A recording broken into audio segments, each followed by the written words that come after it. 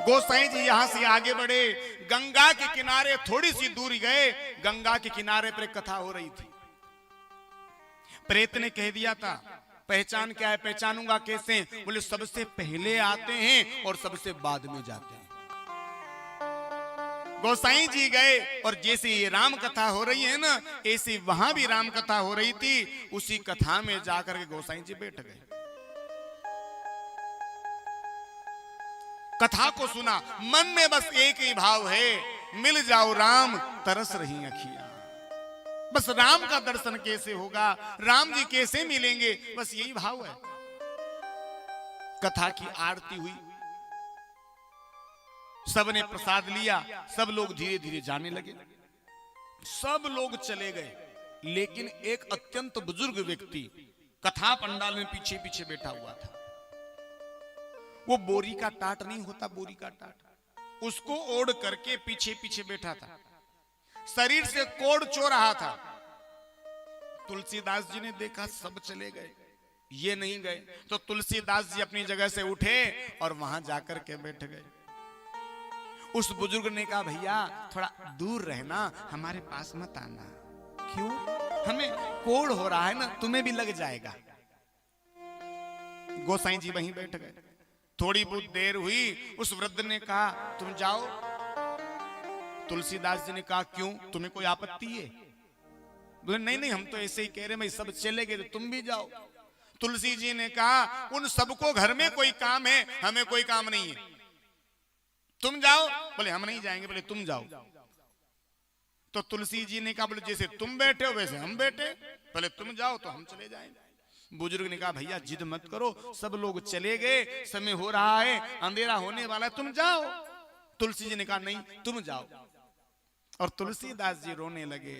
तुलसीदास जी ने रोकर के भगवान हाथ जोड़ करके चरण पकड़ ले इस वृद्ध महापुरुष के और सीधा सा कह दिया, प्रभु अब मत तरसाओ, अब अपने असली रूप में आप प्रकट हो जाओ।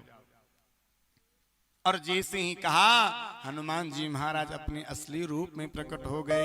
बोले हनुमान जी महाराज की जय हो।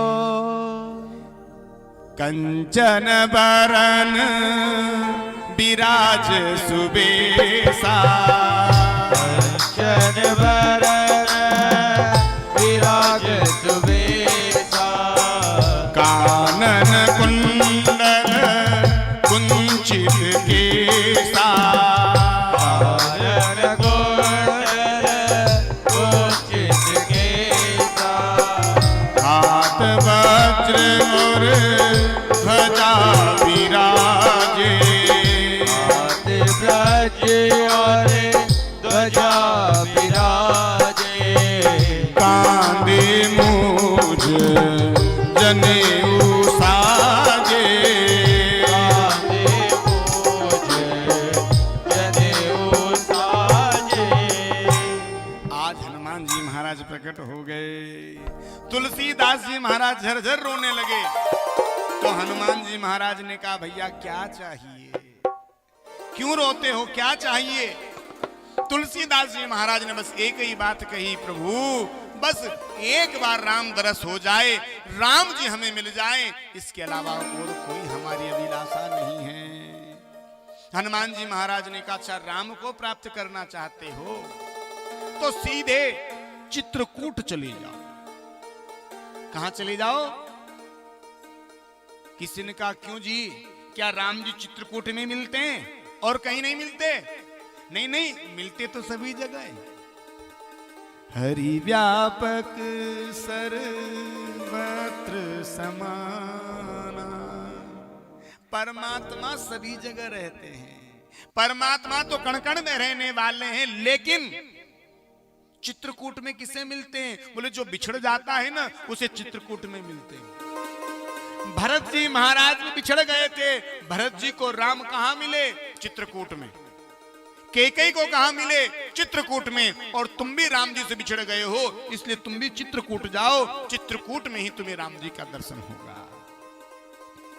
और आज तुलसीदास जी महाराज यहां से राम दर्शन की अभिलाषा लेकर के चित्रकूट में जा रहे हैं और चित्रकूट में आकर के बैठ गए, राम राम करने लगे हैं। और हनुमान जी महाराज ने कह दिया था कि तुम्हें तुलसी उनका दर्शन जरूर होगा। और सच भी है, गुरु के बगैर भगवान का दर्शन नहीं होता। गुरु के बगैर भगवान का दर्शन नहीं होता। गु का अर्थ होता है अंधकार और रू का अर्थ होता है प्रकाश। गुरु कहते किसे हैं? जो हमें अंधकार से उजाले प्रकाश की तरफ हमें जो अग्रसित करता है उससे हम गुरु कहते हैं। तो बिना गुरु के परमात्मा का साक्षात्कार होना भी असंभव है।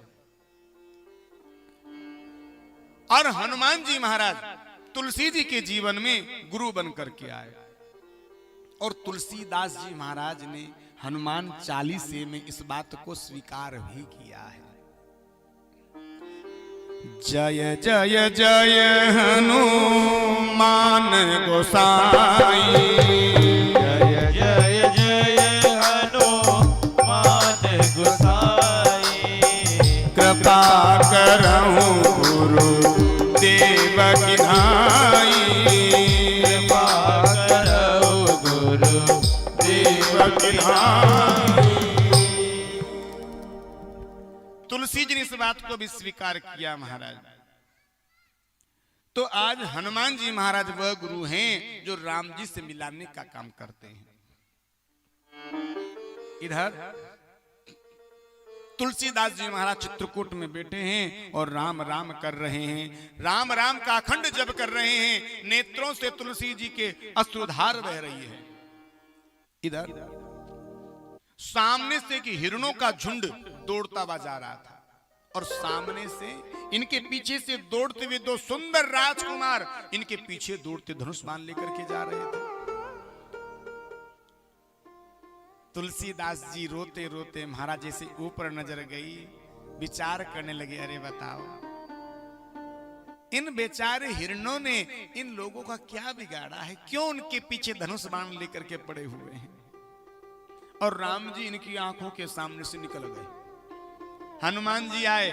हनुमान जी ने तुलसी जी से पूछा, क्यों तुलसी, राम मिले? बोले नहीं मिले। अरे अभी तो तुम्हारे सामने से निकल कर गए। तुलसी जी ने चरण पकड़ लिए, भगवान अब कृपा करो, अब मत तरसाओ, उपाय बताओ हमें कैसे भगवान का दर्शन होगा। हनुमान जी ने कहा तुम राम घाट चले जाओ और निश्चित रूप से तुम्हें राम घाट पर भगवान का दर्शन होगा। अब तुलसी जी राम घाट पर चले गए और वहीं बैठ करके राम राम कर रहे हैं। तुलसी जी हाथों से चंदन की सेवा कर रहे हैं, चंदन घिस रहे हैं। जहां पंडा लोग बैठते हैं ना, वहीं पर बैठ गए। सामने से दो राजकुमार आए। तुलसी जी के नेत्र नीचे हैं, नेत्र सजल हैं, चंदन घिस रहे हैं और भगवान आए। भगवान ने कहा बाबा चंदन लगा दो। तुलसी जी रोते रोते कहने लगे नहीं नहीं भैया, हम पंडा नहीं हैं, तुम कहीं और जगह जाओ। भगवान ने कहा नहीं बाबा, हमें तुमसे ही चंदन चाहिए। हनुमान जी ने कहा लो, भगवान इनके सामने खड़े हैं, चंदन इनसे मांग रहे हैं और फिर भी ये राम जी को नहीं पहचान रहे। लगता है मुझे ही कुछ करना पड़ेगा। और हनुमान जी महाराज एक तोता बनकर के आए। हनुमान जी ने कहा अरे तुलसी पहचानो, यही तुम्हारे राम हैं। और जैसे ही तुलसी जी ने महाराज ऊपर सर करके देखा तो भगवान का साक्षात्कार हो गया। चित्रकूट के घाट पर भई संतन की भी, तुलसीदास चंदन घिसे, तिलक करे रघुवीर। और ऐसी अद्भुत कृपा हनुमान जी महाराज ने तुलसी जी के जीवन में करी कि आज राम जी की प्राप्ति तुलसी जी को हो गई। और ऐसी कृपा हुई कि आज रामचरितमानस की रचना पूज्य पाद श्री गोस्वामी जी महाराज ने कर डाली। लेकिन तुलसी जी ने ये जो रामायण लिखी ना, ये रामचरित्र जो मानस लिखा, ये हिंदी ग्रामीण भाषा में लिखा, इतनी सरल भाषा में लिखा कि पढ़ा लिखा भी समझ ले और अनपढ़ भी समझ ले। आपने देखा होगा महाराज कई बार ऐसे ऐसे भक्त मिल जाते हैं जिन्होंने क्लास 1 भी नहीं पढ़ी, लेकिन रामचरितमानस की ऐसी ऐसी चौपाइयां बोल जाते हैं महाराज, ऐसी ऐसी चौपाइयां बोल जाते हैं जो पढ़े लिखे का भेजा चकरा जाता है। इतनी सुंदर भाषा में रामायण को लिख दिया। अब तुलसी जी ने रामायण को तो लिखा, लेकिन इनके मन में ऐसा भाव आया कि इस रामायण को, इस रामचरितमानस को मान्यता मिल जाए। अब मान्यता मिले कैसे?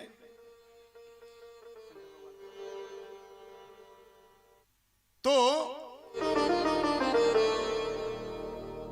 विचार किया, बोले काशी के जो विद्वान हैं, यदि वो विद्वान इसे मान्यता दे दे तो हम समझेंगे सबको मान्यता मिल गई। और आज तुलसी जी अपनी इस रामचरितमानस को लेकर के काशी के जो बड़े बड़े विद्वान थे उनके पास पहुंच गए। और तुलसी जी का तो स्वभाव बड़ा सरल है महाराज, बहुत सरल स्वभाव के संत हैं। इनके स्वभाव के लिए तो इतना लिखा गया है कि एक बार श्रीधाम वृंदावन में संतों का भंडारा हुआ। उस भंडारे में सभी संतों को निमंत्रण पहुंचा, सब संतों को, लेकिन तुलसीदास जी महाराज को निमंत्रण देना भूल गए। थोड़ा सा विस्मृति हो गई, तुलसी जी को निमंत्रण नहीं मिला। लेकिन तुलसी जी को पता चल गया कि वृंदावन में संतों का भंडारा हो रहा है, तो तुलसीदास जी महाराज काशी से पैदल पैदल पैदल पैदल चल करके वृंदावन पहुंचे। और जहां भंडारा लगा हुआ था, पंगत संतों की लगी हुई थी, और आज इसी पंगत में पीछे पीछे जाकर के तुलसी जी बैठ गए। और जब खीर परोसने वाला आया, सबके सामने पात्र आ गया था, लेकिन तुलसी जी के सामने कोई पात्र नहीं था। जहां संतों की पनही पड़ी हुई थी, तुलसी जी वहीं बैठ गए। और खीर परोसने वाला जब आया ना, खीर परोसने वाला जब आया, उसने कहा बाबा तुम्हें खीर काई में दे दे। तुलसी जी ने चारों तरफ देखा, एक संत की पनही उठाई। पनही मतलब समझते हो? जूता। संत का जूता उठाया और कहा लो भैया इसी में दे दो। खीर परोसने वाला तो दंग रह गया, कैसा विचित्र संत है, पनही में कोई खीर ली जाती? दौड़ करके अंदर कुटिया में पहुंचा, हाथ जोड़ करके कहा बाबा ऐसा विचित्र संत आया है, मैंने उसे खीर परोसने के लिए कहा तो कहने लगा बोले इसी पनही में खीर परोस दो। संत समझ गए इतना सरल और कोई हो ही नहीं सकता, इतना सरल तो केवल हमारे गोस्वामी तुलसीदास जी महाराज हो सकते हैं। संत दौड़ करके आए और तुलसी जी को उठाया। अरे भगवान आपकी जगह यहां नहीं है, आप भीतर चलिए। और जो 108 संतों का बड़ा सुंदर पंडाल लगा हुआ था, गोसाई जी को वहां जाकर के बिठाया। इतने सरल हैं गोस्वामी जी। तो आज गोस्वामी जी ने काशी के विद्वानों से कहा बोले भैया इस रामचरितमानस को यदि मान्यता मिल जाए तो कैसा रहे। कुछ ईर्ष्यालु जो विद्वान थे कहने के नहीं नहीं, अरे तुम्हारी हिंदी ग्रामीण भाषा में रामायण लिखी हुई, इसको कैसे मान्यता दे देंगे? अरे कोई संस्कृत में लिखी हुई होती तो कुछ समझ में आती बात। लेकिन कुछ जो समझदार विद्वान थे उन्होंने कहने लगे बोले काहे को झगड़ा करना है?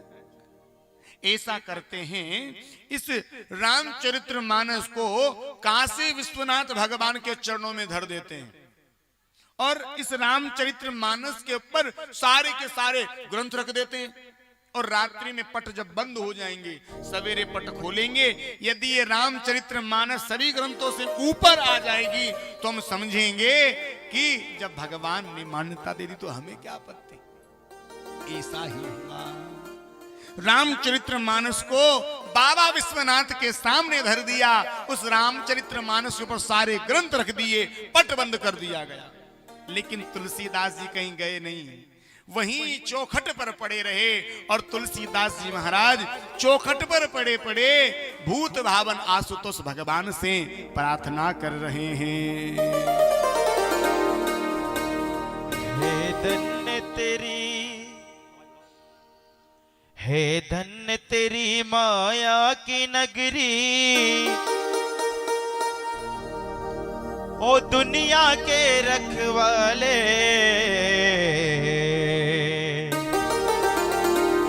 शिव शंकर डमरू वाले, शिव शंकर डमरू वाले, शिव शंकर डमरू वाले, शिव शंकर डमरू वाले। धन्य तेरी माया की नगरी, ओ दुनिया के रखवाले। शिव शंकर डमरू वाले, शिव शंकर डमरू वाले। ओ शिव शंकर डमरू वाले, शिव शंकर डमरू वाले।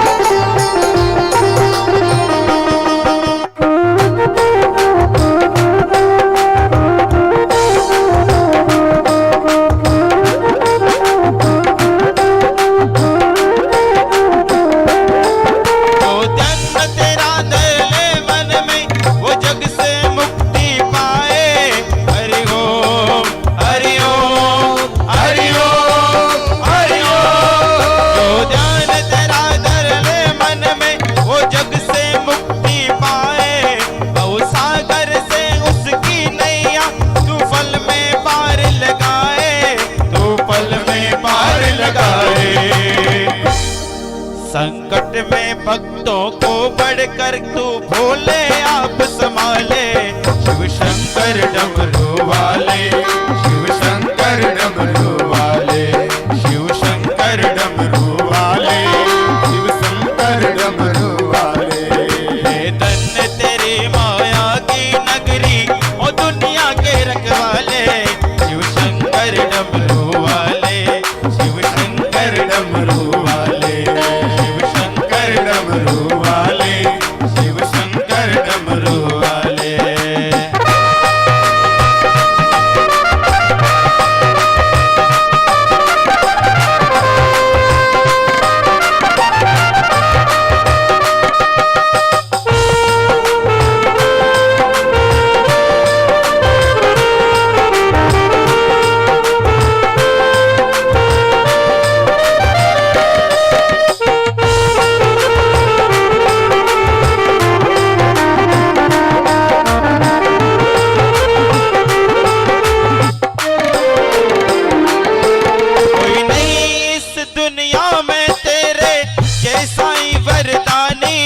हरिओम हरिओम हरिओम हरिओम। नहीं है इस दुनिया में तेरे जैसा वरदानी, नित सुमिरन करते नाम तेरा सब संत ऋषि और ज्ञानी, सब संत ऋषि और ज्ञानी।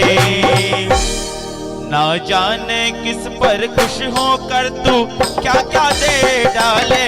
शिव शंकर डमरू वाले, शिव शंकर डमरू वाले, शिव शंकर डमरू वाले, शिव शंकर डमरू वाले। हे धन्य तेरी माया की नगरी, दुनिया के रखवाले। शिव शंकर डमरू वाले, शिव शंकर डमरू वाले, शिव शंकर डमरू वाले, शिव शंकर डमरू वाले, शिव शंकर डमरू वाले, शिव शंकर डमरू वाले, शिव शंकर डमरू वाले, शिव शंकर डमरू वाले, शिव शंकर डमरू वाले, शिव शंकर डमरू वाले, शिव शंकर डमरू वाले, शिव शंकर डमरू वाले, शिव शंकर डमरू वाले, शिव शंकर डमरू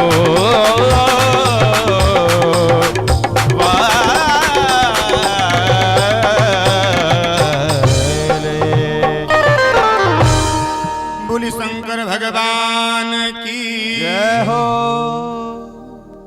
और आज तुलसी जी पूरी रात बाबा की चौखट पर पड़े रहे, और जैसे ही सवेरा हुआ, आज पुजारियों ने जैसे ही बाबा का पट खोला, क्या देखा?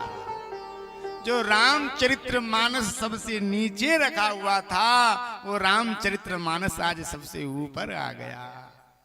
और जैसे ही आज रामचरितमानस को खोला ना, तो भोलेनाथ ने उस पर अपना हस्ताक्षर कर दिया था, सत्यम शिवम सुंदरम। सत्य ही शिव है, शिव ही सुंदर है। अब सारे के सारे विद्वानों को भरोसा हो गया, अरे जब इन्हीं की कृपा इनके ऊपर हो गई तो हम क्यों रोड़ा बने बीच में। और आज इन विद्वानों ने तुलसी की इस मानस को आज स्वीकृति प्रदान कर दी, मान्यता प्रदान कर दी। लेकिन फिर भी कुछ ईर्ष्यालु भक्त थे, है? कुछ ईर्ष्यालु विद्वान ऐसे थे, इनके मन में आया कि नहीं नहीं, इससे मान्यता नहीं मिलना चाहिए। तो इन्होंने क्या किया, चोरों को बुलाया, है? जो सबसे अच्छी चोरी करते थे ना, उनको बुलाया। और इन ईर्ष्यालु भक्तों, ईर्ष्यालु जो विद्वान थे, इन्होंने कहा, बोले तुम्हारा बड़ा नाम है, तुम बड़ी अच्छी चोरी करते हो। चोर कहने लगे, महाराज पूछो ही मत, अरे आज दिन तक जहां भी गए ना, कुछ छोड़ा ही नहीं, सब साफ कर दिया। कहो क्या करना है? बोले आपको छोटा सा काम करना है हमारा, और जितना मांगोगे उतना मिलेगा। बोले नहीं, जितनी मेहनत बनेगी उतना ही लेंगे, ज्यादा नहीं लेंगे। काम बताओ। बोले वो सामने तुम कुटिया देख रहे हो ना, ये तुलसी की कुटिया है, और इस कुटिया में रामायण नाम का एक ग्रंथ रखा है, रामचरितमानस रखा है। उस पुस्तक को लेकर के आओ। चोर चुराने के लिए गए, खूब प्रयास किया, पूरी रात परेशान हुए महाराज, सब तरफ से अंदर जाने का प्रयास करते, लेकिन जा ही नहीं पाए। परेशान होकर के, थक हार करके ये चोर पुनः उन विद्वानों के पास आ गए। विद्वान कहने के ले आए? बोले नहीं महाराज। क्यों? तुम तो बड़ा अपनी डींगे हाँक रहे थे कि आज तक ऐसा कोई केस आया ही नहीं जो हमसे सोल्व नहीं हुआ हो। चोर कहने लगे, महाराज ऐसा केस जीवन में पहली बार आया है, बाबा वाला। क्यों, क्या हुआ? बोले हमने पूरी रात घर में घुसने का प्रयास किया, लेकिन हम घर में घुस ही नहीं पाए। क्यों? क्यों नहीं घुस पाए?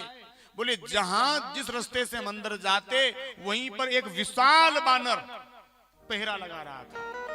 कौन पहरा लगा रहा था? विशाल बानर। बोले वो बानर कौन था? चोर कहने लगे, इतना हमें नहीं पता। लिखा है ना हनुमान चालीसे में, क्या? राम द्वारे तुम रखवारे, होतन आज्ञा बिनु पैसारे।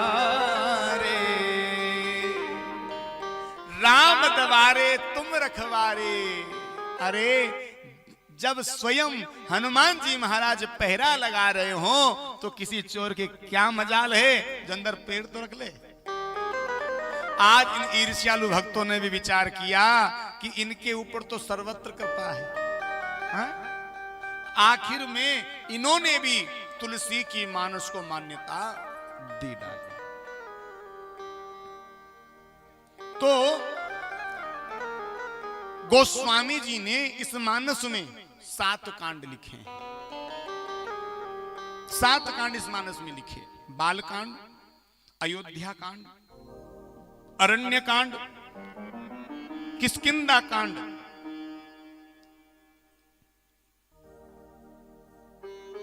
सुंदर कांड, युद्ध कांड, उत्तर कांड। कांड माने अध्याय, अध्याय यानी चैप्टर।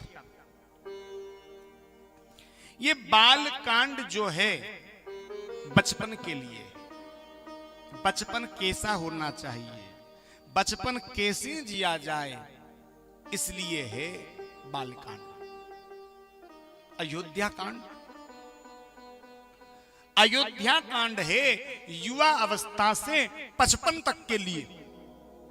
इसके लिए महाराज ये अयोध्या कांड है। अरण्य कांड तपने के लिए है। किष्किंधा कांड कुछ करने के लिए है। सुंदर कांड संवारने के लिए है और युद्ध कांड अहंकार को मिटाने के लिए है। मर गए सारे के सारे राक्षस।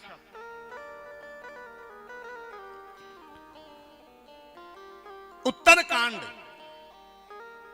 ये उत्सव मनाने के लिए है, उत्सव करने के लिए उत्तरकांड है महाराज। हर कांड हमें कुछ न कुछ सिखाता है। ऐसी पावन कथा है श्री रामचरितमानस। तो तुलसी जी ने सबसे पहले 7 श्लोकों में मंगलाचरण किया है और गोस्वामी जी पहले श्लोक में बड़ा सुंदर लिखते हैं, वर्णानामर्थ संधाना रसानां छंदसामपि मंगलानां चकर्तारो वंदे वाणी विनायको। तो गोस्वामी जी ने सबसे पहले श्लोक में वाणी यानी सरस्वती और विनायक यानी भगवान गणपति इनकी वंदना करी है। अब किसी ने कहा बोले महाराज प्रथम पूज्य तो गणपति हैं, गणेश जी प्रथम पूज्य हैं, लेकिन फिर वाणी विनायक को बाद में, पहले वाणी की वंदना क्यों करी? बोले महाराज पहले सरस्वती की वंदना इसलिए की है कि हमें ये जो ज्ञान प्राप्त हुआ है ना, ये हमें सरस्वती से प्राप्त हुआ है। अब बहुत से लोग ज्ञान तो होता है, खूब ज्ञान होता है, लेकिन उन्हें यही पता नहीं होता कहां बोलना है, कितना बोलना है, कैसे बोलना है। तो हमें बोलने के लिए ज्ञान जो प्रदान करती है, इसलिए हम मां वीणा धारणी जो सरस्वती है उनको वंदन करते हैं। इसके बाद गणेश जी महाराज जो हमें ज्ञान के दाता हैं, जो बुद्धि के दाता हैं, उनकी वंदना करी, उनको प्रणाम किया। अगले श्लोक में भवानी शंकरो वंदे श्रद्धा विश्वास रूपिणो याप्यां विना न पश्यन्ति सिद्धा शान्तस्त्वमीश्वरम्। दूसरे श्लोक में गोस्वामी जी ने भवानी शंकरो वंदे श्रद्धा विश्वास रूपिणो,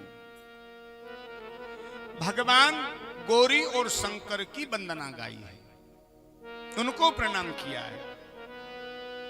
बाबा तुलसी ने शंकर जी को विश्वास कहा और मां गौरी को, मां पार्वती को श्रद्धा का प्रतीक बताया।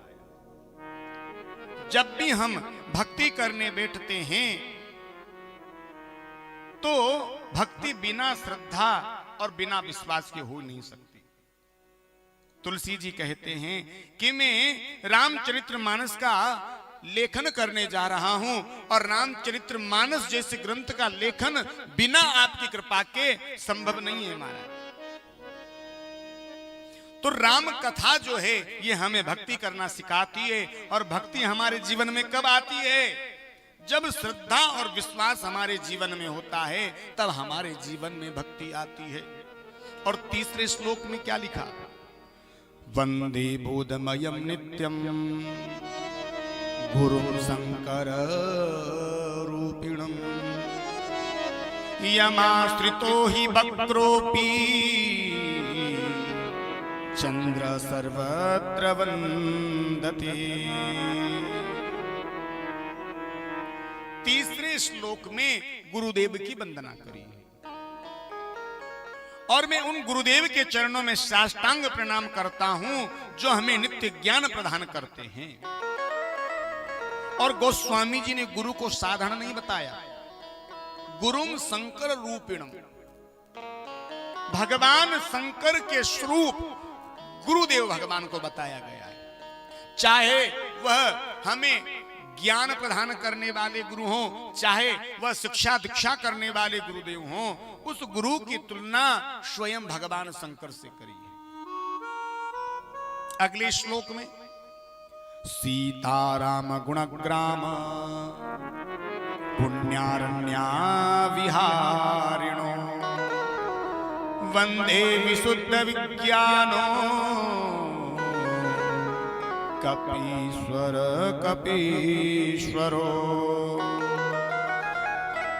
कवीश्वर और कपीश्वरों की वंदना इस श्लोक में गोस्वामी जी ने करी है।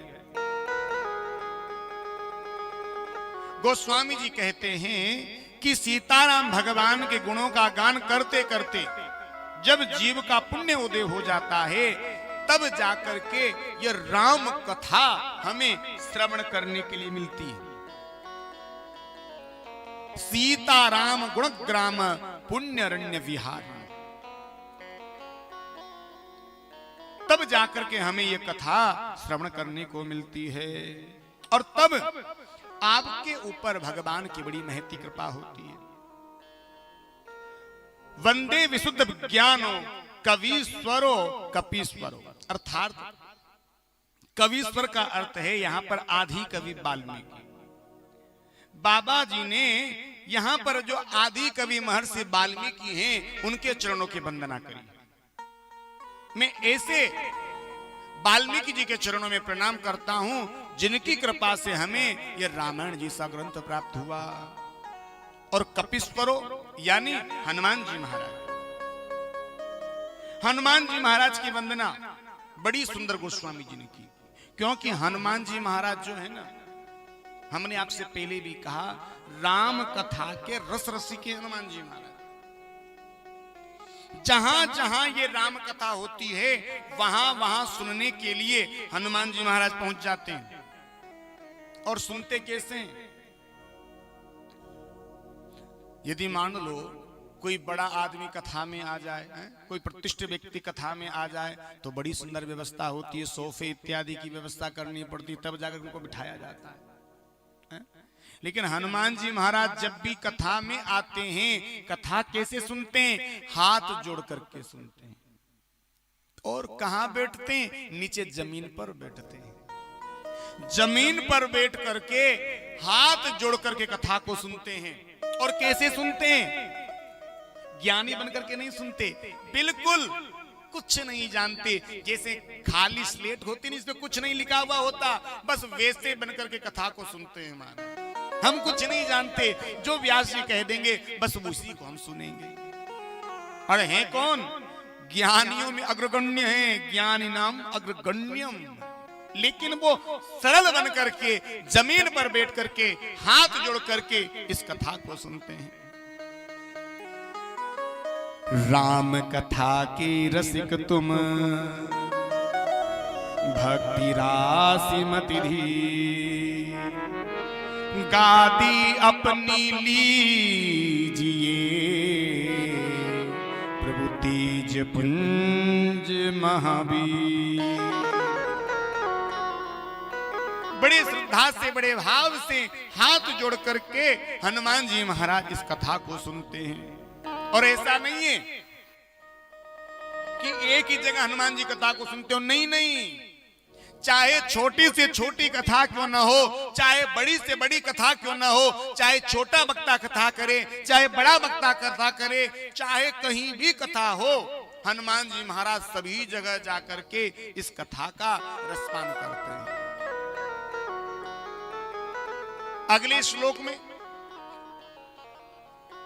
उद्भव स्थिति संहार कारिणीम क्लेश हारिणीम सर्वश्रेयस्करीं सीता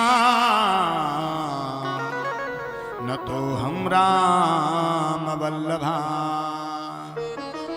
गोसाई जी कहते हैं स्थिति, उत्पत्ति और संहार, जो संसार को बनाने वाली, पालन करने वाली, पोषण करने वाली भगवान की जो आद्य शक्ति है, ऐसी शक्ति को मैं प्रणाम करता हूं, ऐसी शक्ति की मैं वंदना करता हूं। बाबा तुलसी ने ये जो रामचरितमानस लिखी ना, इस भाव से लिखी कि रामचरितमानस का जो विषय है ना, ये गायन का विषय बन जाए, और गायन का विषय नहीं, घर घर के गायन का विषय बन जाए, ऐसी भावना तुलसीदास जी की थी। अरे जैसे घर घर में तुलसी होती है, ठीक उसी प्रकार से तुलसी के पौधे की तरह घर घर में ये राम कथा होने लग जाए, घर घर में ये तुलसी की राम कथा गाए जाए। इस भाव से तुलसीदास जी महाराज ने राम कथा को गाया है। और इसके लिए कृपा कर देंगे राम जी। और महाराज श्रेय देने वाली तो केवल आद्य शक्ति मां सीता है, क्योंकि शक्ति के बगैर आज की दुनिया में कोई भी कार्य संभव नहीं है, है? बताओ, शक्ति के बगैर कोई संभव है? कोई तुमसे के बोले इस तख्त को उठाओ, क्या अरे महाराज इतनी शक्ति नहीं है कि इसको हम उठा सकें। शक्ति के बगैर कोई भी काम संभव नहीं है। इसीलिए गोस्वामी जी ने जो श्री राम जी की आद्य शक्ति है मां सीता, उनके चरणों में प्रणाम किया है। सर्वश्रेयस करीम सीता न तो हम राम वल्लभा, जो राम जी की प्रिया है उनको हम प्रणाम करते हैं। अगले श्लोक में यन्माया वसवर्ति विश्वमखिलम ब्रह्मादिदेवासुरा सत्सत्वादमसेव भाति सकलम रज्जो यथा हे भ्रमः यत्पादप्लवमेकमेव हि भवाम्बोधिस्ति शीर्षावृता वन्देऽहं तमशेष कारणपरम् रामाख्यमीशं हरि। बाबा कहते हैं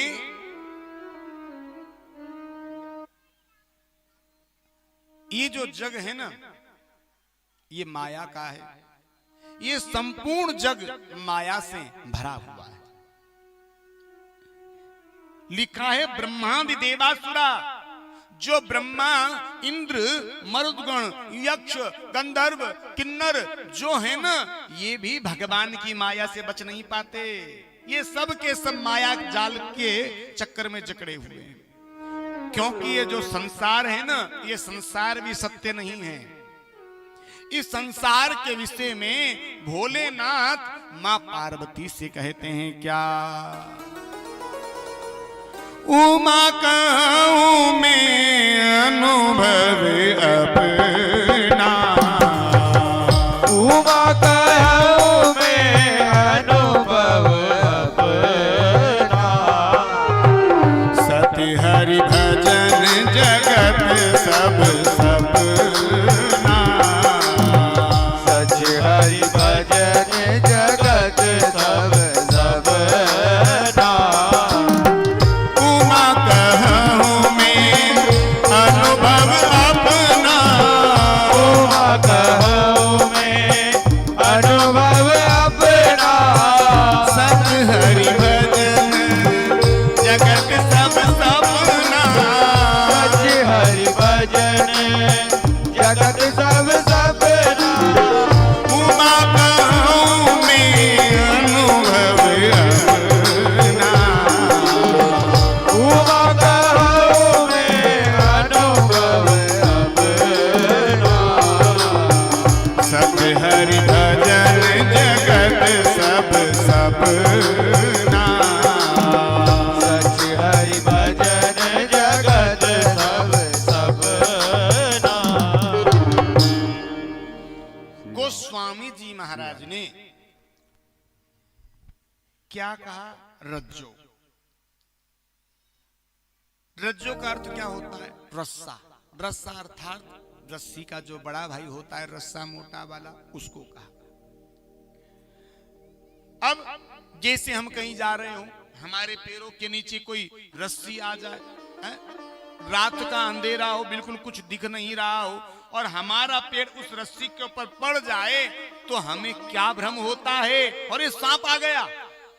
उस रस्सी को हम सांप समझ लेते हैं, ऐसा भ्रम हमें जागृत हो जाता है।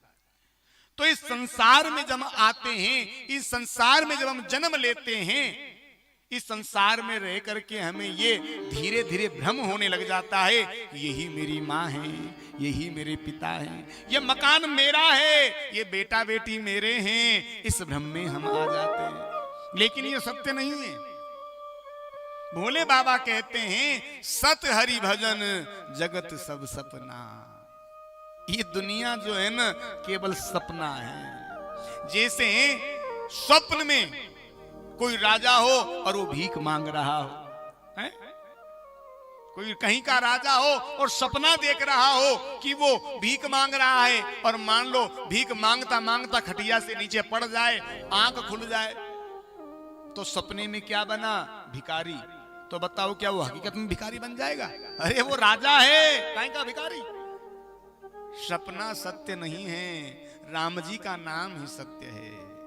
इसलिए तो जीव को हर समय भगवान का नाम गाते रहना चाहिए। इस संसार रूपी सरोवर को पार करने का केवल एक ही साधन है, भगवान का नाम। भगवान का नाम गाते रहोगे ना,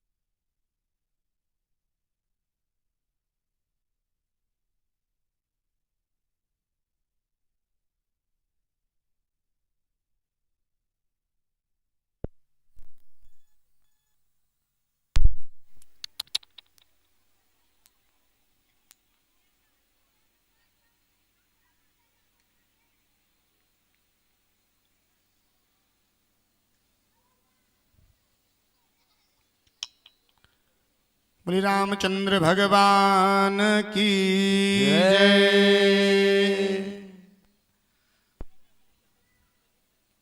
तो इस भवसागर को पार करने के लिए राम नाम रूपी नौका की जरूरत पड़ती है। लेकिन महाराज, ये राम जी का नाम हमारे मुख से निकले तब ना। राम जी का नाम निकलता नहीं है, बड़ी मुश्किल से निकलता है। कैसे? एक बुढ़िया थी जी,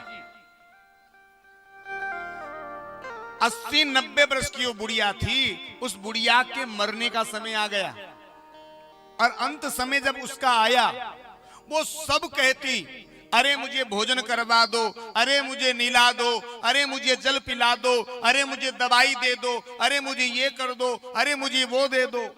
कठिन से कठिन वो शब्द कहा करती थी बुढ़िया।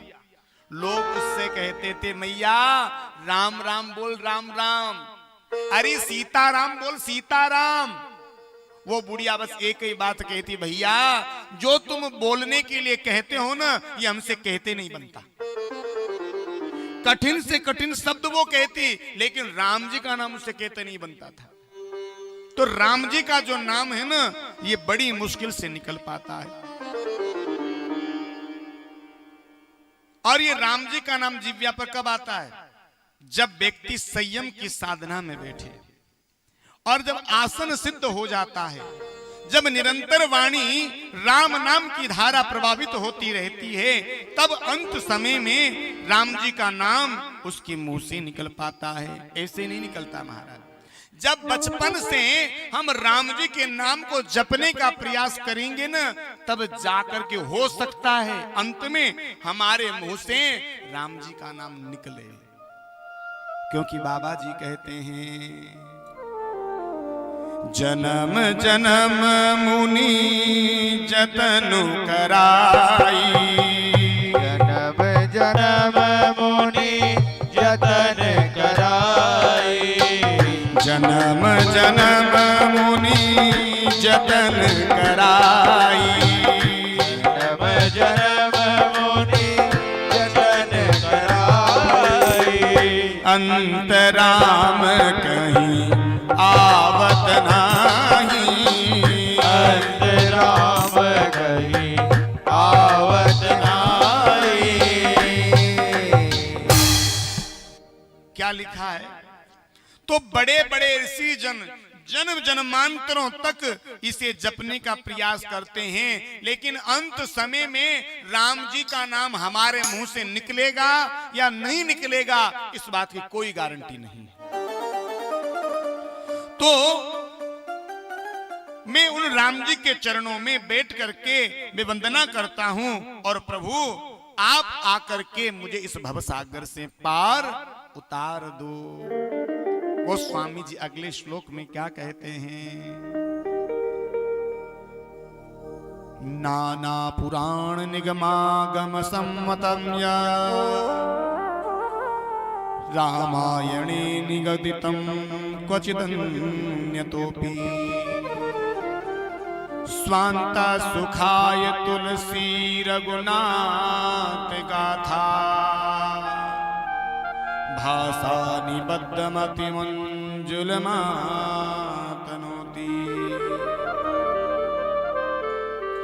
ये जो राम कथा है ना, ये राम कथा साधारण कथा नहीं है। क्या लिखा है? नाना पुराण निगमागम सम्मतम यत्। अब नाना का अर्थ क्या हुआ? नाना का करो तुम 9 और 9। 9 कितने होते हैं? 18। 18 यानी 18 पुराण। अब इसके आगे क्या लिखा है? निगमागम अर्थात निगम और आगम, वेद और शास्त्रों का सार। चारों वेद, 6 शास्त्र, 18 पुराणों का जो सार है, यही तुलसी की रामायण है। अब तुलसी जी कहते हैं, अब मैं राम कथा का लेखन का कार्य प्रारंभ कर रहा हूं। स्वांता सुखाय तुलसी रघुनाथ गाथा। किसके लिए? अपने निज सुख के लिए, अपने मन के लिए इस कथा को मैं कर रहा हूं। और आज तुलसी जी भगवान से कहते हैं, प्रभु आप मेरी मति को अनुरूप करें और आप मुझे कृपा प्रदान करें कि मैं इस कथा को लिखने का कार्य कर सकूं। तो गोसाई जी ने बालकांड के 7 श्लोकों में बड़ी सुंदर स्तुति करी है, बड़ी सुंदर 7 श्लोकों में वंदना गाई है। और बाबा तुलसीदास जो हैं आगे लिखते हैं क्या? एहि महरुचिर सप्त सोपाना रुचिर सप्त सोपाना एहि रुचिर सप्त सोपाना यही रुचिर सप्त सोपाना रघुपति भगति करे पंथाना रघुपति भगति करे पंथाना। रामचरितमानस में 7 सोपान है। सोपान यानी 7 सीढ़ियां हैं। अब बाल कांड, इस कांड का नाम क्यों रखा? अरे भाई बाल का अर्थ क्या हुआ? बाल कांड ही कर देते हैं? बाल कांड क्यों रखा? बाल क्यों लिखा? बाल का अर्थ होता है शिशु। बाल का अर्थ होता है शिशु। और शिशु किससे कहते हैं? जो 7-8 वर्ष तक की उम्र के जो बालक होते हैं उन्हें बाल कहा जाता है, शिशु कहा जाता है। तो गोस्वामी जी ये कहना चाहते हैं यदि आप भगवान को प्राप्त करना चाहते हैं तो आप बाल बने, शिशु बने, तब जाकर के आप भगवान को प्राप्त कर सकते हैं। क्यों? क्योंकि शिशु जो होता है, बाल जो होता है, इसके भीतर षड विकार नहीं होते। जो छोटा बच्चा होता है उसके मन में काम नहीं होता, क्रोध नहीं होता, ईर्ष्या नहीं होती, मद नहीं होता, लोभ नहीं होता। ये जो षड विकार हैं उस छोटे से शिशु के भीतर नहीं होते।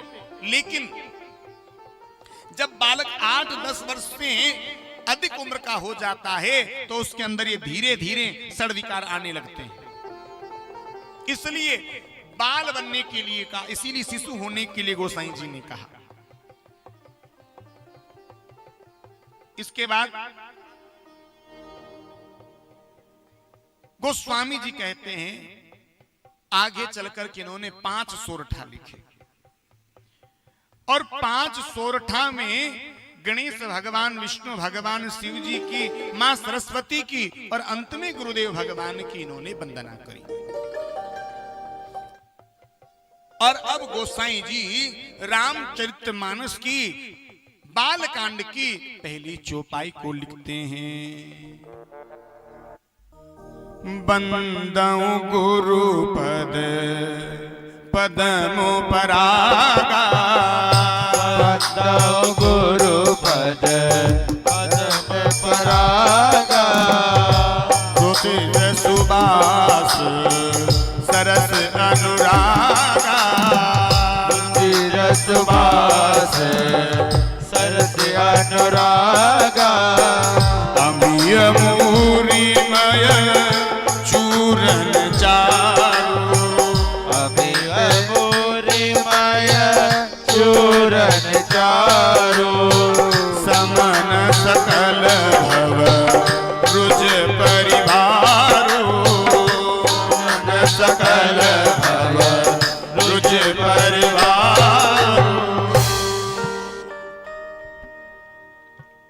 इस चौपाई में गोस्वामी जी महाराज ने गुरुदेव भगवान के चरण कमलों की वंदना यहां पर करी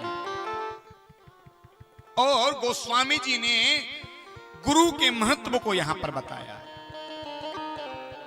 देखो, जब गोस्वामी जी ने 7 श्लोक लिखे, 7 श्लोकों में जब देवों की वंदना करी तो भी गोस्वामी जी ने गुरुदेव की वंदना वहां करी। फिर 5 सोरठा लिखे, 5 सोरठा में भी गोस्वामी जी ने गुरुदेव के चरणों की वंदना करी। और जब पहली चौपाई को लिखने का कार्य किया तो पहली चौपाई में भी गोस्वामी जी ने गुरुदेव भगवान के चरणों की वंदना करी है। और आज गोस्वामी जी महाराज जो हैं गुरु की महत्वपूर्णता को बता रहे हैं। गुरु क्या होता है और गुरु होना चाहिए। तुलसीदास जी कहते हैं मैं उन गुरुदेव के चरणों की वंदना करता हूं कि जिनकी चरणों की वंदना करने से सुरुचि उत्पन्न होती है। अब गोस्वामी जी ने गुरु के चरणों की वंदना तो करी, लेकिन चरणों की वंदना करने के साथ साथ चरण रज की भी वंदना करी। अरे जिस प्रकार से फूल के पराग को मधुमक्खी ग्रहण करती है, जिससे शहद का निर्माण होता है, जिससे औषधि बनती है, ठीक उसी प्रकार से जो गुरुदेव के जो चरण है ना, गुरुदेव के चरणों की जो रज है, ये इस भव सागर से पार करने की एक औषधि है। गुरुदेव के चरणों की जो रज है वह हमें इस भवसागर से पार कर देती है।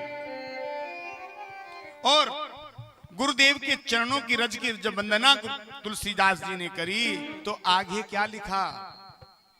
गुरुदेव जी के चरणों की तुलना किससे करी? त्रिवेणी से करी। और त्रिवेणी का अर्थ क्या होता है? जहां पर 3 नदियों का संगम होता है उससे हम त्रिवेणी कहते हैं। और गंगा से हमें ज्ञान मिलता है, यमुना से हमें भक्ति मिलती है, और सरस्वती में यदि स्नान करते हैं तो हमें सत्संग की प्राप्ति होती है। गुरुदेव के चरणों को त्रिवेणी गोस्वामी जी ने इसलिए कहा कि गुरुदेव के सानिध्य में बैठने से हमें ज्ञान की प्राप्ति होती है, गुरुदेव के माध्यम से ही हमें भक्ति भी मिलती है, और गुरुदेव के सानिध्य में बैठने से हमें सत्संग की भी प्राप्ति होती है, इसलिए त्रिवेणी कहा। और आगे गोस्वामी जी लिखते हैं, गुरुपद रज मृदु मंजुल अंजन, गुरुपद रज मृदु मंजुल अंजन, नयन अमीय द्रग दोष विभंजन, नयन अमीय द्रग दोष विभंजन। तुलसीदास जी महाराज लिखते हैं कि गुरुदेव की जो चरणों की जो रज है ना, इसे अंजन, अंजन यानी काजल कहा। किसी ने कहा क्यों जी, क्या गुरुदेव के चरणों की जो रज है ये काली काजल की तरह? बोले नहीं, तो फिर यहाँ पर काजल क्यों लिखा? चंदन लिख देते, कुछ और लिख देते, काजल ही क्यों कहा? काजल का अर्थ होता है आंखों में आंजने वाला। काजल ही क्यों लिखा महाराज? देखो काजल की एक विशेषता होती है। काजल की विशेषता क्या होती है? यदि आंखों में काजल को लगा लिया जाता है तो आंखें सुंदर लगने लगती है। आंखें तो वैसे ही सुंदर है, लेकिन काजल के लग जाने से आंखों की सुंदरता और बढ़ जाती है। तो आज गुरुदेव के चरणों की रज को काजल इसलिए कहा कि भैया गुरुदेव के चरणों की रज जब तुम अपनी आंखों में लगा लोगे, अपने जीवन में लगा लोगे, अपने माथे पर लगा लोगे, तो तुम्हारे जीवन की सुंदरता और बढ़ जाएगी। दूसरा, पहले माता बहनें अपने छोटे से बालकों को आंखों में खूब काजल लगाती थी। आजकल की जो पढ़ी लिखी है वो तो नहीं लगाती वैसे, लेकिन पहले की तो बहुत लगाती थी। और ये कहती थी कि मोतियाबिंद जैसी बीमारी आंखों में काजल लगाने से नहीं होती। तो ठीक उसी प्रकार से गुरुदेव के चरणों की रज को आंखों में आंजने से जो हमारे जीवन में आने वाले सड़ विकार हैं ये नहीं आते। इसलिए महाराज गुरुदेव की चरणों की रज को अंजन कहा।